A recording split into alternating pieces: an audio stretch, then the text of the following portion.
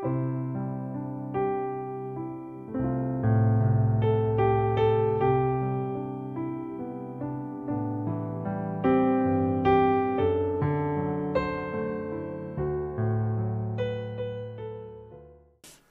우리가 신명기 16장 말씀 읽으면서 이스라엘 백성들에게 지키라고 하는 굉장히 중요한 세 가지 절기를 같이 얘기 나눠볼 겁니다. 절기라는 거 지금 우리가 종교적 중요한 의식으로 그것을 지키지는 않지만 구약에 나오는 이 절기들을 살펴보면서 매우 중요한 것은 그 정신은 오늘날까지 유효하다라는 겁니다. 아니면 더 심플하지만 더 강력한 힘을 가지고 이 절기들이 지켜져야 된다라는 겁니다. 그래서 이 구약 시대처럼 똑같이 우리가 그 절기를 지키지는 않지만 그 절기들이 가지고 있는 의미를 살펴볼 때 이것이 우리에게 영원히 주는 매우 큰 유익이 있을 것이다 라는 것이죠. 단지 종교적 의식을 명한 것이 아니라 이 세 가지 절기에 대해 특징이 있는데 그분의 구속하심과 또 그분의 동행하심과 공급하시는 이 놀라운 은혜를 이 절기를 통해서 우리가 기억하는 것, 그것이 매우 중요하다는 것이죠. 그 절기를 지키면서 우리는 하나님이 우리를 향해서 하신 일이 무엇인지를 늘 기억하고 생각하게 되는 겁니다. 그것이 절기가 가지는 굉장히 중요한 의미죠. 세 가지 키워드가 있는데요. 구속과 구원이라는 의미죠. 구속, 구원이라는 것과 그 다음에 공급하심, 동행, 이 세 가지 키워드가 오늘 이 절기들에 나옵니다. 그래서 세 가지 키워드 중심으로 오늘 말씀을 나누도록 하겠습니다. 첫 번째는 구속입니다. 구속, 구원하심. 이 구원하심에 관한 절기는 바로 유월절이죠. 1절에 보면 내 하나님 여호와의 이름을 두시려고 2절이죠. 택하신 곳에서 유월절 제사를 드리라. 유월절 제사를 드리라고 하는데 하나님께서는 이 유월절을 통해서 이스라엘 백성들이 어디에서 출발했는지 그들이 어떤 정체성을 가져야 되는지를 분명하게 말씀하십니다. 유월절은 여러분이 잘 아시다시피 이스라엘 백성들이 약 400년 동안 애굽 즉 이집트에서 노예로 고통받으면서 살았습니다. 모세를 통해서 바로 왕에게 그 백성들을 데려가 달라고 부탁을 했지만 바로 왕이 거절하죠. 그래서 10가지 재앙이 내려집니다. 10가지 재앙이 막 이집트 땅에 이제 내려지는데 마지막 재앙이 바로 모든 첫째 것들의 사람은 첫째 아들이겠죠. 또 동물 같으면 첫째 태생이죠. 첫째 것들의 죽음이 그 땅에 내려졌습니다. 그러나 이스라엘 백성들은 하나님의 명을 받아서 어린 양을 잡아서 그 피를 문설주, 그 집을 들어오면 그 문 위 문설주와 임방에 바르라고 명령합니다. 집 입구에 바르라는 의미입니다. 한마디로 쉽게 말하자면 어린 양을 잡아서 그 피를 가지고 문 지방에 이제 발라 놓으면 그 재앙, 첫째 아들이 죽는 그 재앙을 넘어가게 되는, 유월하게 되는, 그래서 패스 오버하게 되는 그 놀라운 은혜를 이스라엘 백성들이 받습니다. 그래서 유월이라는 그 의미를 아시겠죠. 패스 오버했다, 넘어갔다, 죽음과 재앙이 넘어갔다라는 의미죠. 그래서 이 절기를 이스라엘 백성들은 지키게 됩니다. 그러니까 출애굽하는 그 시점에서 그 출애굽하기 전날 밤 그 유월하게 되는 그 밤에 모든 이집트의 땅의 첫째 태생들이 다 죽게 되는 그날에 어린 양의 피가 발려진 것은 이 모든 것이 모든 재앙이 넘어가게 되는 그런 은혜를 입어서 이것을 이제 유월절이라 해서 지키게 되는 겁니다. 구원받은 놀라운 은혜를 상기하는 것이죠. 이때는 특별히 무교병해서 누룩이 없는 빵을 먹도록 했습니다. 그 무교병, 누룩이 없는 빵은 어떻습니까? 여러분 누룩 아시죠? 빵을 만들 때 누룩, 요즘은 이스트 같은 걸 쓰는데 이스트를 넣어야지 그 빵이 부드럽게 변합니다. 누룩, 이스트가 없는 빵은 어떻죠? 딱딱합니다. 그러니까 누룩을 넣어서 이스트를 넣어서 시간을 걸려서 만든 빵은 부드러운데 그것이 없는 빵은 딱딱하단 말이에요. 딱딱한 빵을 먹는 이유가 있죠. 그 구원이 얼마나 시급하고 긴박했으면 누룩을 넣어가지고 빵을 부풀릴 시간이 없는 겁니다. 그래서 구원의 놀라운 은혜가 긴박하게 임했다는 사실을 기억하기 위해서 누룩 없이 빵을 먹습니다.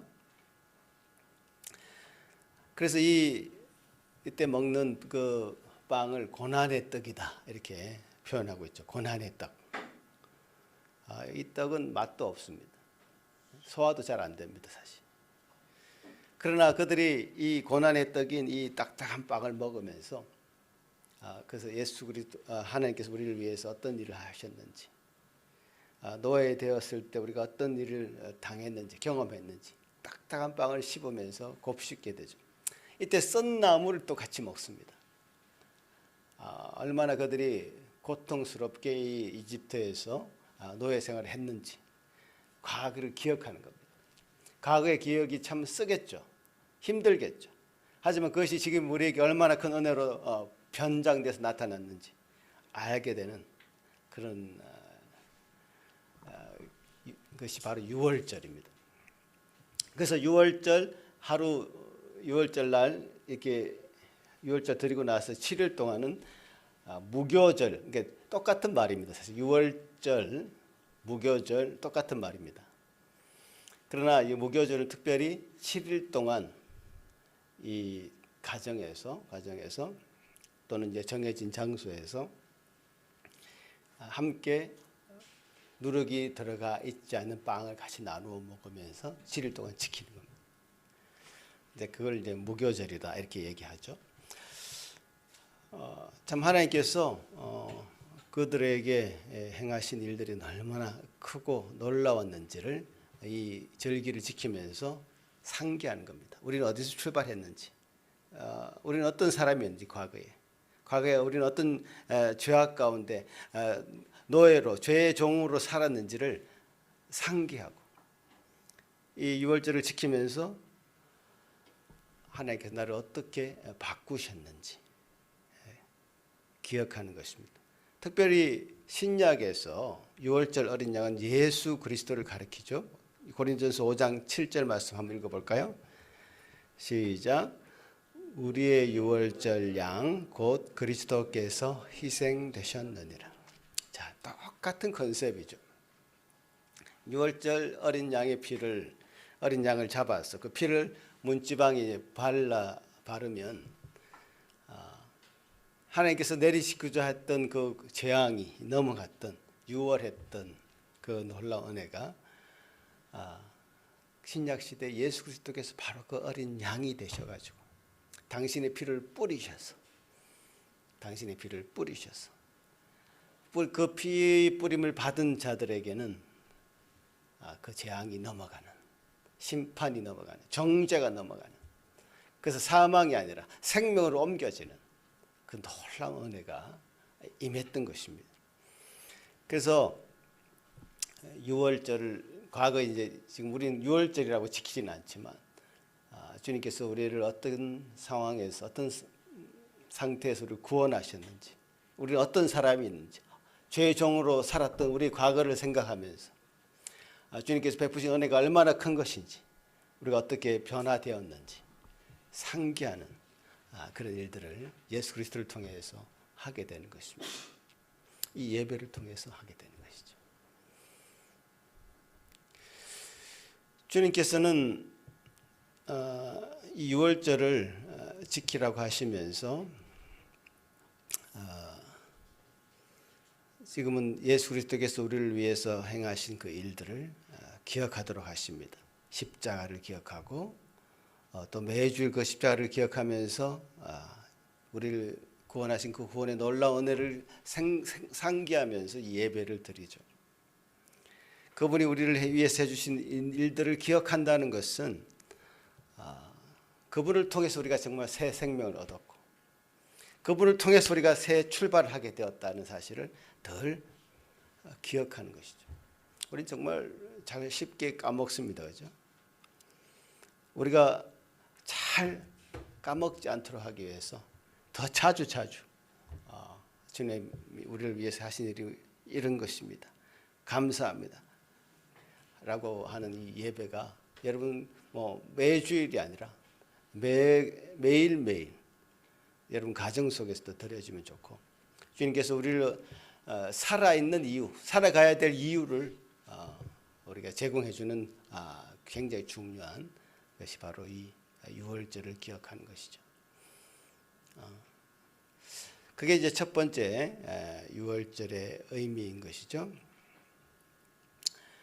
자, 두 번째는 77절이라 되어 있는데요. 성경에 77절. 자, 지금 우리가 이제 지금 성경에 나오는 절기와 그 계절이 우리하고 조금 차이가 있기 때문에 좀 헷갈릴 수가 있는데요. 6월절은 약간 봄 정도입니다. 봄 정도. 성경에는 1월로 되어 있지만 지금 캐나다에 살고 있는 우리 입장에서는 한 3월 정도 된다고 생각하시면 되고요. 그 다음에 그 6월절을 시작하고 나서 3일 후에 첫 보리 수확을 시작하는 초실절이라는 것이 또 있습니다. 이건 이제 그렇게 중요하지 않아서 이제 오늘 얘기하지 않는데요. 지금 중요한 3대 절기만 지금 얘기하고 합니다. 그래서 6월절 지나고 3일 되는 그 날이 초실절, 처음 열매를 거둔다. 그때 보리를 주로 추수하는 것을 시작하는. 그래서 6월 그게 한 3개월 정도 걸려서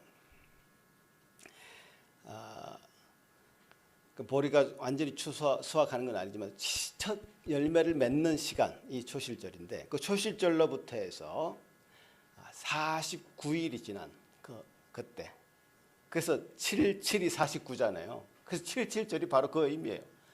49일이 지났다. 7 곱하기 7일 지났다. 그래서 77절입니다. 재밌죠? 이 말이 재밌죠? 그리고 77절을 다른 말로 오순절이다 이렇게 얘기하기도 하는데요. 49 플러스 1이 50이잖아요. 그러니까 우리가 순이라는 것은 열을 뜻합니다. 10. 우리가 칠순잔치 한다 그러면 70살 먹은 그때를 기념하는 거잖아요. 그래서 50일이 지난 그때를 오순절이라 그러죠. 그래서 이때는 어떤 계절입니까? 지금 딱 제가 정확하게 한번 2025년도를 기준으로 계산을 해보니까 지난 주일 6월 1일이 바로 77절이었어요. 한 약 3개월 정도 지난 그 어느 시점에 수확을 하는 그런 일들을 지금 이스라엘들이 하면서 주님께서 주신 은혜가 얼마나 큰지 감사하고 주님께서 공급해 주신 은혜가 얼마나 큰지 감사하고 기뻐하는 제사를 드리는 겁니다. 77절. 그래서 보리 추수가 끝나고 나면 또 밀 추수를 하거든요. 그래서 밀 추수가 끝나는 어느 시점 정도가 되는 것 같아요. 77절이. 우리가 지금 이스라엘 땅하고 좀 다르기 때문에 상황이 좀 달라서 좀 이해가 쉽지는 않지만 그렇게 한번 생각해 주시면 좋겠습니다. 어떤 수확하는 계절이다. 한여름에. 한국에서는 대체로 이때를 맥추절이다 이렇게 얘기를 합니다. 보리 추수하는 시기다 이렇게 얘기하는데 그것은 정확한 번역이 아닌 것으로 지금 보여집니다. 그래서 밀이 주종이었고 그 밀 추수를 주로 하는 그 계절이 바로 이 뜨거운 여름이죠. 제가 요즘 집에서 여러 가지 작물들을 이제 키워보고 있습니다. 한 2, 3주 됐는데 들깨도 있고 또 방아라고 하는 그 향기 나는 그 식물도 있고요. 그다음에 상치, 또 뭐가 있죠? 조그만 방울토마토 뭐 여러 가지 심어놨습니다. 그 심어나니까 계속 이제 들여다보게 되죠. 들여다보게 됩니다. 농부의 심정이 그런 것 같아요. 계속 심어놓은 작물을 보면서 들여다보는 겁니다. 그런데 지금처럼 관계 시설이 잘 되어서 물도 뭐 자동적으로 스프링클러가 뿌려주고 하는 그런 시스템이 없을 때는 주로 천수답이었습니다. 여러분 천수답이란 말 압니까?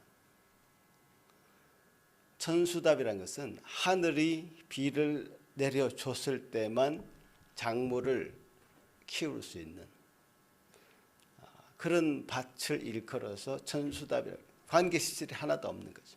물을 댈 수 있는 데가 아무도 없습니다. 하늘에만 의존하는 겁니다. 하늘에만 의존하니까 이게 비가 제때 안 오면 정말 곤란한 지경에 처하게 됩니다. 예전에는 이 비가 제대로 안 오면 임금도 자기 자리를 내놔야 되는 그런 압박을 받는 그런 역사적인 현실도 있습니다. 그래서 추수하고 결실하는 것이 오로지 하늘의 뜻에 달려 있는 것이기 때문에 이 세상 천지 만물을 창조하신 그 하나님을 바라볼 수밖에 없는 것. 7.7절이 바로 그런 의미예요. 수확을 하고 나서 이 모든 것을 주신 분이 하나님이심을 고백하고 기뻐하고 감사하는 절기죠. 하나님께서 우리에게 필요한 비도 주시고 햇볕도 주시고 공기도 주셔서 우리가 이 땅에서 열매를 맺게 열매를 얻을 수 있게 되는 것이죠. 수확하는 기쁨을 조금이라도 맛보기 위해서 여러분 뭔가를 심어 보시면 이 농부의 심정을 더 절실하게 느낄 수 있을 겁니다. 수확하면 기뻐요. 지금 아내가 매일매일 거기서 따가지고 뭘 만들어 줍니다. 그래서 가보면 이파리 하나도 없습니다. 다 따가지고 자라기 무섭게 따는 거죠. 그렇지만 그것으로 만들어주는 샌드위치를 먹을 때, 샐러드를 먹을 때 너무 맛있고 감사한 것이죠. 자, 그런 감사한 그 시기에 절기를 만들어서 하나님께 우리에게 공급해 주시는 하나님에 대한 감사를 드리는 것이죠. 이거 개인적으로 하지 않고 하나님께서 택하신 곳에 하나님께서 거주하시는 그곳에 그 장소를 택해서 그곳에서 하도록 만들으셨습니다. 개인적으로 하라 그러면 집에서 제대로 안 할 수도 있고 할 수도 있고 안 할 수도 있고 또 그 절차대로 안 할 수도 있고 해서 2절에 보니까 자기 이름을 두시려고 특별히 택하신 곳이라고 하는 정확한 장소를 일컬어서 얘기합니다. 공동체적으로 지키라 이거죠. 그리고 절기를 지킬 때는 자원하는 예물을 드리라. 감사의 표현은요. 자기가 수확한 것에 대한 감사의 진정한 표현은 자기도 드릴 수 있을 때 그 증명되는 것 같습니다.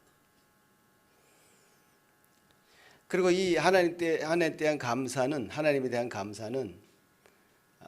공동체적으로 사회적 책임과 공동체적인 나눔으로 증명되는 것 같습니다. 오늘도 그렇게 본문에 기록되어 있는데요. 너희 중에 있는 레위인과 객과 고아와 과부와 함께 즐거워하라. 11절에. 그러니까 하나님께서 주신 은혜를 받은 자라면 그것을 어떻게 증명할 수 있느냐? 우리 삶 가운데 어떻게 증명할 수 있느냐? 한 가지 방법밖에 없습니다. 내가 그런 삶을 사는가? 나누는 삶을 사는가? 돌보는 삶을 사는가? 내가 받은 것에 대한 감사가 있는 사람은 누군가에게 나누게 되어 있습니다. 그리고 77절이 나중에는 또 다른 의미로 이제 의미를 부여하는데요. 모세가 시내산에서 율법을 받는 그때가 바로 77절입니다. 오순절이죠. 그래서 하나님께서 우리의 필요를 공급해 주시되 우리가 먹을 거에 대한 필요도 공급해 주시지만 영적인 양식도 공급해 주신 그 날로서 율법을 우리에게 주신 날로서 77절을 지킵니다. 우리의 영육간의 필요를 채우시고 공급해 주시는 그 하나님에 대한 기억. 하나님께서 이때 내가 너무 정말 어렵고 힘들었는데 그 어렵고 힘든 그 과정 속에 끝까지 주님을 믿고 신뢰하고 따랐더니 주님께서 다 공급해 주셨다고 하는 분명한 증거들이 여러분 삶 속에 있을 것입니다. 그렇다면 주님께서 주신 은혜를 지금 충분히 체험받은 우리로서는 나눌 수 있는 은혜를 우리가 여러분이 누리시면 좋을 것 같습니다. 그 다음 이제 초막절이죠. 초막절. 6월절 했고요. 그 다음에 77절 또는 오순절 했고요. 그 다음에 초막절입니다. 초막절. 말이 이제 쉽진 않은데 초막을 짓고 살았다. 그래서 초막절은 다른 이름이 장막절이다 그러기도 하고요. 그리고 수장절이라 그러기도 하는데 수장절은 그 초막절은 그야말로 가을식입니다. 우리 캐나다 계절로 따지자면 가을입니다. 9월이나 10월 정도. 가을이기 때문에 포도나 여러 가지 수확하는 계절이죠. 수확한 계절을 창고에 들이는, 수장한다, 뭔가 모아둔다 이런 의미겠죠. 그래서 곳간에 들이는 날 절기죠. 그래서 추석이나 추수감사절 그런 느낌이 있습니다. 초막절은. 근데 초막절은 그 유래가 어떻게 되냐면 이스라엘 백성들이 출애굽하고 나서 40년 동안 광야 생활을 했지 않습니까? 광야 생활할 때 그들이 집이 있었습니까? 없었습니까? 없었죠. 텐트를 치고 살았단 말이에요. 텐트를 치고 40년을 살았어요. 그 초막을 짓고 이스라엘 백성들이 그 초막절에는 일주일 동안 집 밖에 나가서 초막을 짓고 삽니다. 실제로. 지금도 그걸 지키는 거예요. 초막을 짓고 살았던 것, 산다는 그 의미는 하나님께서 그 초막 가운데, 그 장막 가운데 임재하셨고 함께 하셨다라고 하는 것을 기억하는 겁니다. 그래서 7일 동안 실제로 매년 그렇게 지금도 이스라엘 백성들은 일주일 동안 우리가 야외 캠핑하듯이요 합니다. 실제로.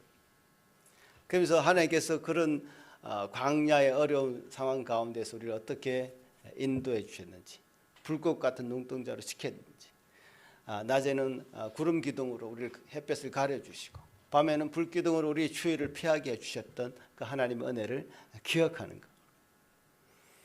그래서 초막절을 이제 지키는 겁니다. 초막절은 그야말로 참 기쁨의 절기입니다. 정말 기쁜 절기죠.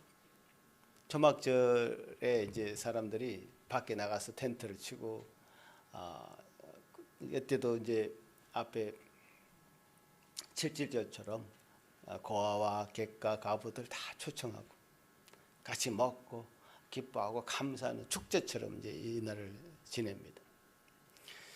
하나님이 함께 하신다는 것은 얼마나 기쁜 것인지, 감사한 것인지, 하나님께서 고난의 행군을 할 때 그때 우리를 버리지 아니하시고 끝까지 인도하셨다는 것은 정말 어렵고 힘든 일이었지만 그것을 기억하는 것은 정말 행복한 추억인 것이죠. 앞으로도 그렇게 우리 삶을 인도해 주실 것이라고 하는 기대와 소망을 가지고 이렇게 초막절을 지키는 겁니다. 그래서 이 초막절은 다른 이 세 가지 절기 중에서 가장 기쁜 절기입니다. 기쁨이 묻어 있는 절기입니다. 나누고 감사하고. 그래서 하나님께서 우리와 함께 하신다는 것은 뭐 단순히 우리가 이게 교리로 이렇게 얘기하는 것이 아니라 정말 하나님이 함께 하신다는 하는 것에 대한 그 감사와 기쁨이라는 것은 말로 다 할 수 없는 것이죠. 우리 삶 가운데 정말 주님께서 함께 하신다. 임재하고 계신다. 주님께서 성령으로 우리 모든 필요를 채우시고 돌보신다. 라고 하는 것을 느끼는 그 순간 그 기쁨은 말로 다 할 수 없는 것이죠. 그래서 기본적으로 그리스도인들은 하나님께서 동행해 주시고 하나님이 함께 해 주신다는 그 확신을 가지고 기쁘게 살아야 됩니다. 기쁨 가운데 살아야 됩니다. 그 얼굴 표정 가운데도 기쁨이 묻어나야 됩니다. 뭐가 우리가 더 우리에게 필요합니까? 하나님께서 함께 해 주시겠다는데, 하나님이 함께 동행해 주시겠다는데 뭐가 더 걱정이 있습니까? 불안합니까? 사망에서 생명으로 옮긴 우리 영혼, 구원의 확신을 가진다면 주님께서 우리를 더 이상 정죄하지 않으시고 영생을 얻도록 보장해 주시겠다고 하시는데 우리가 뭐가 불안합니까? 아무것도 불안할 것이 없죠. 기쁨 가운데 우리 삶을 살아가도록 주님께서는 모든 것을 우리를 위해서 희생하셨고 또 이것을 우리에게 공급해 주셨고 또 우리의 필요를 채우십니다. 그래서 기쁨으로 드리는 이 수장절, 이 초막절인데 수장절이라 하기도 하고요. 이때에 어떤 신학자는 이렇게 얘기합니다. 하나님의 백성은 쾌활한 백성이 되는 것이 하나님의 뜻이다. 이분은 이런 말씀을 하시면서 늘 죽을상을 하고 세상 근심을 혼자 다 하고 있는 것처럼 다니는 것은 하나님의 뜻이 아니다. 이렇게 얘기합니다. 하나님께서 우리를 구속해 주셨고 우리의 생명을 유지하기 위해서 필요한 모든 것을 공급해 주시고 하나님께서 함께 해 주셔서 그분과 동행한다면 우리가 기뻐하실 이유가 무엇이 있겠느냐 이렇게 묻고 있는 것이죠. 이 절기들을 통해서 참 다시 한번 하나님께서 우리 삶에 어떤 의미를 가지는지를 계속 생각하게 하는 것이죠. 그래서 절기라는 것은 기본적으로 기억하는 것이죠. 하나님은 어떤 분이신지, 우리는 어떤 사람이었는지, 어떻게 변화되었는지 기억하는 것이고요. 이 절기를 통해서 하나님께서 우리에게 요구하시는 것은 기억하고 또 다시 헌신하라. 헌신의 이야기가 계속 반복해서 나옵니다. 하나님께 여호와께 드리되 그 힘대로 드리고 빈손으로 나오지 않고 어떤 마음으로 물질로 그 마음을 표현하도록 그렇게 독려하십니다. 그래서 나누고 더 풍성하게 되는, 그러니까 하나님께 주신 은혜를 받은 자라면 그렇게 되어질 수밖에 없다는 거죠. 억지로 하라는 것이 아니라 기쁨으로 자원하는 마음으로 그렇게 될 수밖에 없다는 겁니다. 여러분, 내가 표를 하나 그려봤는데요. 이 세 가지 절기가 동시에 나와 있습니다. 이 말이 익숙하지 않기 때문에 여러분 쉽지 않을 수 있는데 세 가지 항목을 한번 보십시오. 6월절, 그 다음에 7.7절, 초막절. 그러니까 계절로 따지자면 3월, 6월, 9월 이 정도가 됩니다. 3월, 6월, 9월. 이스라엘 7대 절기가 있다고 하지만 이스라엘의 3대 절기, 가장 중요한 절기는 이 세 가지 절기입니다. 6월절, 7.7절, 초막절. 6월절은 뭐죠? 그 어떤 의미가 있죠? 이스라엘이 애굽에서 출애굽한 그것의 의미가 있죠. 구원받은 그 놀라운 은혜. 그 다음에 7절 수확하게 하시고 공급해 주시는, 그러니까 공급이라는 키워드가 있었죠. 공급. 그 다음에 우리 육체에 필요한 것뿐만 아니라 시내산에서 율법까지 우리에게 허락해 주셔서 이스라엘 백성들이 지키게 하고, 그들이 삶을 살려면요, 우리가 육체의 필요도 이게 채워야 되겠지만 정신의 필요, 영혼의 필요도 채워지지 않으면 사람은 그냥 짐승처럼 되는 겁니다. 쉽게 그렇게 됩니다. 인간을 너무 고상하게 생각하지 마십시오. 쉽게 서로를 향해서 총불을 겨루고 죽이고 살기고 하는 그런 것이 바로 인간입니다. 인간은 가만히 내버려 두면요, 악해질 수밖에 없어요. 육체의 필요도 채우지만 그들이 어떻게 살아야 될지, 오늘 십계명 우리가 예배 시간에 낭송했습니다마는, 십계명의 그 계명이 주어졌다는 것은 그 이스라엘 백성에게는 너무나 큰 복이었습니다. 정신적인 방향을 제시받았잖아요. 그들이 어떻게 살아야 될지에 대한 분명한 기준을 제시받았잖아요. 그것이 바로 7.7절의 의미죠.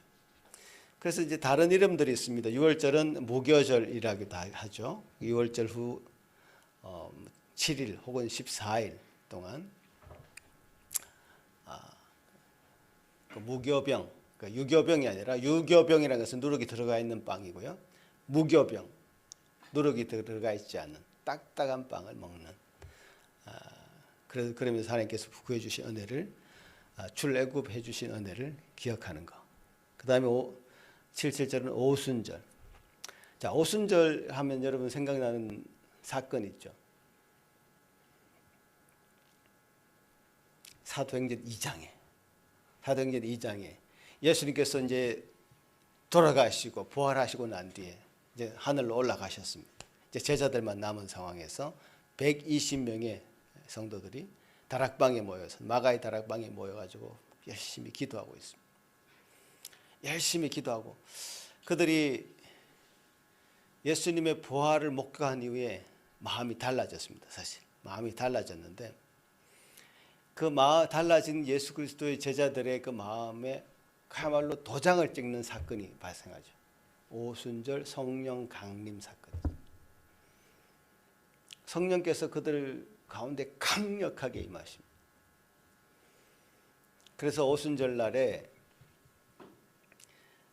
자기 각자 다른 곳에서 온 자기 난 곳에서 온 사람들이 각자 다른 방언들을 얘기하고 있는데 서로 의사소통이 안 됐는데, 오순절 성령 강림의 놀라운 은혜가 임한 뒤에는 서로 의사소통이 되는, 이 사건을 굉장히 이 성경의 기록상으로 중요하게 다루는 것은, 바벨탑 사건 때 말이 다 혼동이 생겨서 서로 의사소통이 안 되는 일이 생겼습니다. 하나님을 대적해서 하늘에 올라가는 하늘에 올라가도록 높은 탑을 쌓자 해가지고 바벨탑을 쌓았는데, 하나님 그것을 기쁘게 여기지 않으셔서 언어를 다 흩어버렸어요. 그런데 그것이 언제 회복되느냐? 바로 이 오순절 날 회복되는 겁니다. 언어가 서로 소통하게 되는 언어를 가지게 된 겁니다. 그러면서 이 예수 그리스도의 제자들이요, 이 오순절 성령 강림 사건이 일어난 뒤에 이 예수님의 제자들은 정말 전혀 180도 다른 사람으로 바뀝니다. 예수님이 잡혔을 때 막 무서워하고 두려워서 도망가고 하던 그 약해 빠진 제자들의 모습이 죽음을 불사하는, 죽음을 두려워하지 않는 전사로 바뀝니다. 그래서 뭐 실제로 순교당하죠. 십자가에 막 못 박혀 죽기도 하고요. 그 일이 바로 이 오순절에 일어납니다. 오순절. 예. 그래서 그 오순절이 그렇게 의미 있는 날이고요. 그 다음에 초막절은 장막절 또 수장절이라 그러기도 하고요. 그 시기는 제가 말씀드렸죠. 3월, 6월, 한 9월 정도 시기고요.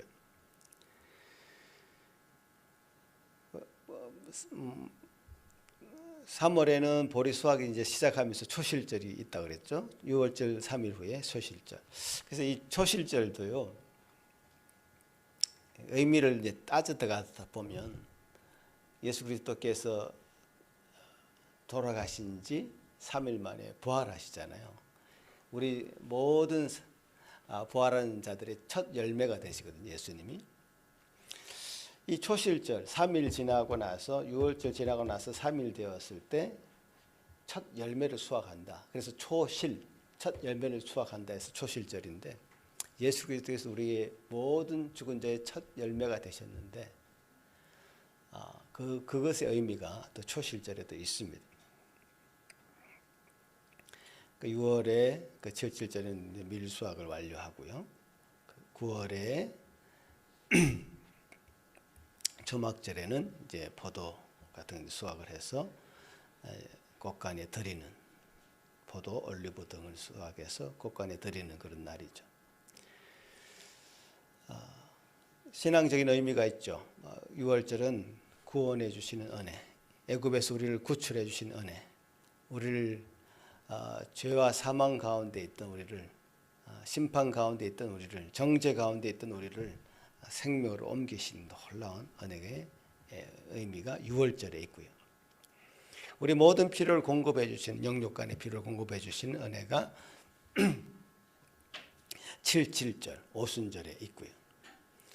그 다음에 초막절은 광야에서 하나님께서 우리를 얼마나 보호해 주셨는지 광야의 삶을 기억해 본다면 우리가 민수기 설교할 때 얼마나 제가 많이 말씀드렸습니까? 광야의 삶을 우리가 살아가는 것이 우리 인생인데 우리 인생 전체가 광야 같은 삶이죠.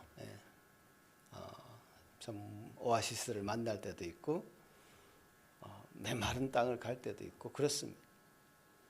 그래서 메마른 땅을 갈 때 그 사람들은 그때 이스라엘 백성들은 참 물이 없다고 먹을 것이 없다고 그렇게 불평하고 하나님 대해서 원망하고 그랬습니다. 가만히 보면 그 사람들이 다 우리 같은 사람들이죠. 우리도 그렇지 않습니까? 그렇게 하지 않습니까? 근데 우리가 하나님께서 우리 것을 보호해 주시고 인도해 주시고 끝까지 우리를 영생으로 데려가 주시겠다고 약속하신 이 약속의 말씀을 믿고 있다면 불안할 게 없는 거예요. 의심할 게 없는 거예요.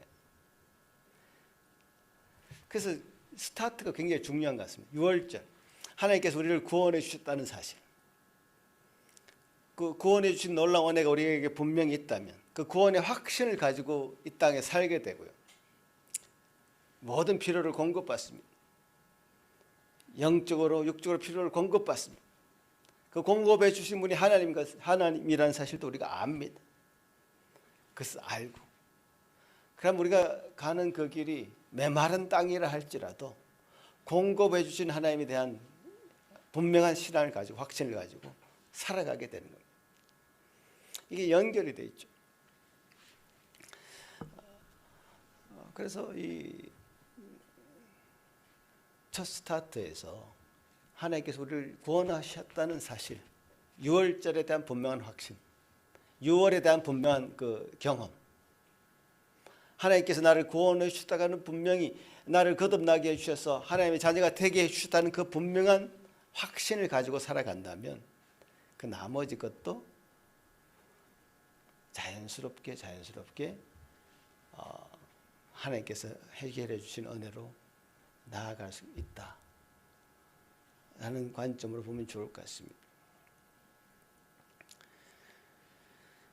주님께서는 이런 일들을 우리에게 성경에 남기셔서 기록하셨습니다.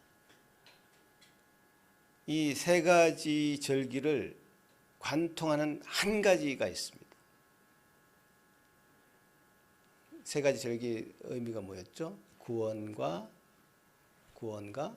공급하심과 돌보심. 이 세 가지를 관통하는 한 가지는 바로 예배입니다. 예배. 이 하나님의 절기라는 것은, 절기를 지킨다는 것은 예배를 드린다는 의미입니다. 사실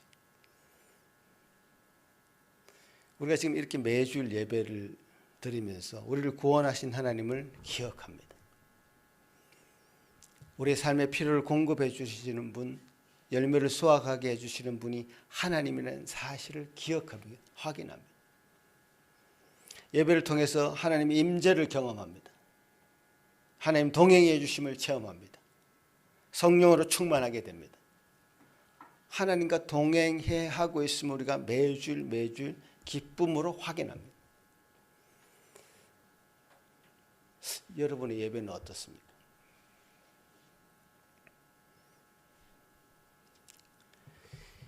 이 세 가지 절기의 이 놀라운 경험들이 이 예배에 함축되어 있다는 거예요.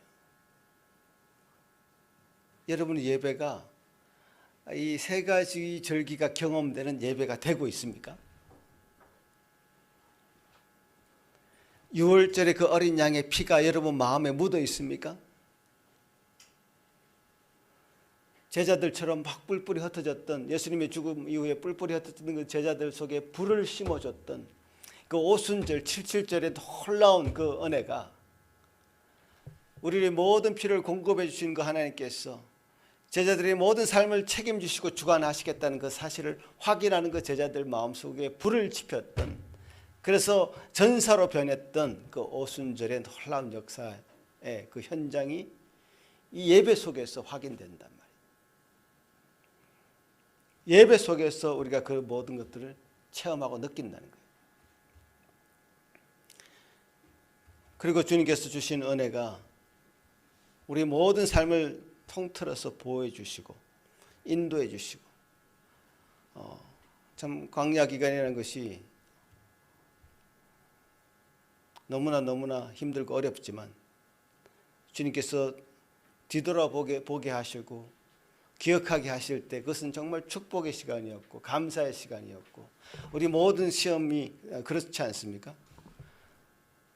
돌아보면 너무나 감사한 시간들인데 그것을 감사와 기쁨으로 터져나오게 하는 것이죠. 자, 그런 삶의 변화가 일어나는 예배, 구원의 감격이 새로워지는 예배. 오순절에 정말 하나님께서 제자들을 변화시키셔서 이제 죽음에 벌벌 떠는, 불안에 벌벌 떠는 그 제자들이 아니라 참으로 목숨을 던져서 교회를 세우고, 그 세웠던 교회가 유럽을 온전히 지배하고 미국, 아메리카로 가고 아메리카에서 다시 한국으로 들어오고, 이 교회는 그런 제자들의 그 죽음과 헌신으로 인해서 정말 불뿌리처럼 번져갔습니다. 그 번져가는 그 교회의 그 스토리 속에서는 참으로 이 오순절 이후에 변화됐던 제자들의 모습에 있는 선교사들이 있죠. 결혼한 지 얼마 안 된 그 남편을 한국에서 잃어버린 그 외국 선교사. 그럼에도 불구하고 다시 한국에서 자신의 나머지 여생을 드리고자 했던 그 열정, 그것이 우리 인간적인 생각이나 열정으로나 가능한 일이 아니라는 것이, 성령으로 충만해서 주님께서 주신 은혜로 당신의 모든 것을 주님을 위해서 바치는 그 마음은 인간적인 열정으로는 설명이 안 됩니다.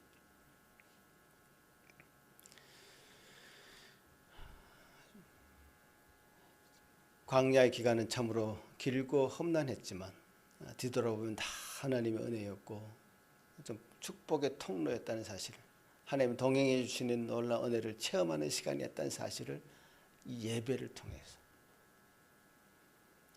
경험되어져야 될 것입니다. 저도 지금까지 저의 삶을 인도해 주신 하나님의 은혜를 생각해 보면 감사와 기쁨의 눈물을 흘릴 수밖에 없습니다. 이제 제가 할 수 있는 일이 무엇이겠습니까? 나를 구속하시고 은혜 베푸시고 늘 동행해 주시는 그분을 위해서 나의 삶을 온전히 드리겠습니다 라고 고백하는 것밖에 없습니다. 그러니까 이 예배를 통해서 6월절, 7.7절, 초막절이 경험되고 나서 성도들이 결단하고 결심하게 되는 것은, 저와 여러분이 결심하고 결단하게 되는 것은 이제 내 마음 주님께 온전히 향해 있습니다. 내 목숨 주님 위해서 바치겠습니다. 내가 이 교회를 위해서 결단하고 헌신하겠습니다 라고 하는 어떤 헌신의 열매로 나타나게 됩니다. 이 예배를 통해서 이 세 가지가 경험되지 않고 이 헌신과 결단으로 연결되지 않는다면 우리가 어쩌면 예배를 잘못 드리고 있다.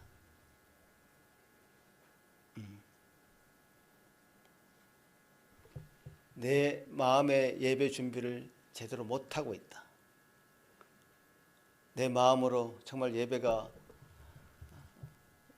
온전히 경험되어지지 않고 있다. 예배의 본 목적을, 본질을 그렇게 생각이 들어집니다.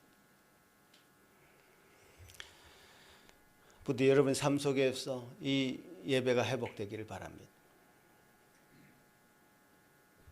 6월절이 회복되어지고 오순절, 7.7절이 회복되어지고 초막절, 장막절이 예배 가운데 경험되어지고 그래서 온전한 헌신과 결단으로 나아가게 되는 그런 예배로 여러분이 이 예배를 만들어 가시면 좋겠습니다.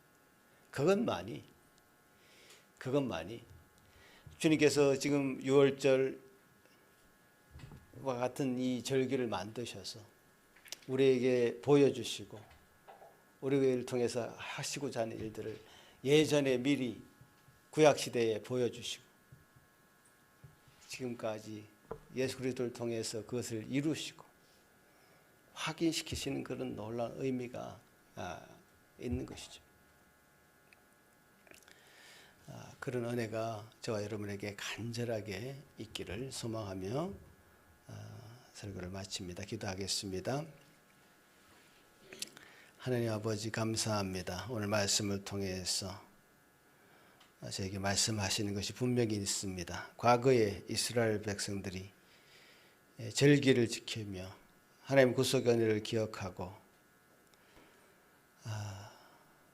좀 하나님께서 공급해 주신 은혜를 감사히 여기며 나누고 주님께서 또 그들과 동행하시고 친히 인도하신다는 사실을 참 확인하면서 기쁨의 절기를 지켰던 것처럼 참 이 시간 예수 그리스도의 십자가를 통해서 예수 그리스도의 동행해 주심과 공급해 주심을 통해서 6월절과 7.7절과 초막절을 지키고 있는 우리 이 신약의 백성들을 위해 동일한 은혜로 채우시는 것을 우리가 믿습니다. 매일의 삶 속에서 또 매주의 이 예배를 통해서 구속의 은혜를 절대로 잃지 말고 받은 은혜에 감사하며 하나님의 임재를 기뻐하는 참된 예배자로 살아갈 수 있기를 소망하고 기도합니다. 감사하고 예수 그리스도 이름으로 기도합나이다. 아멘.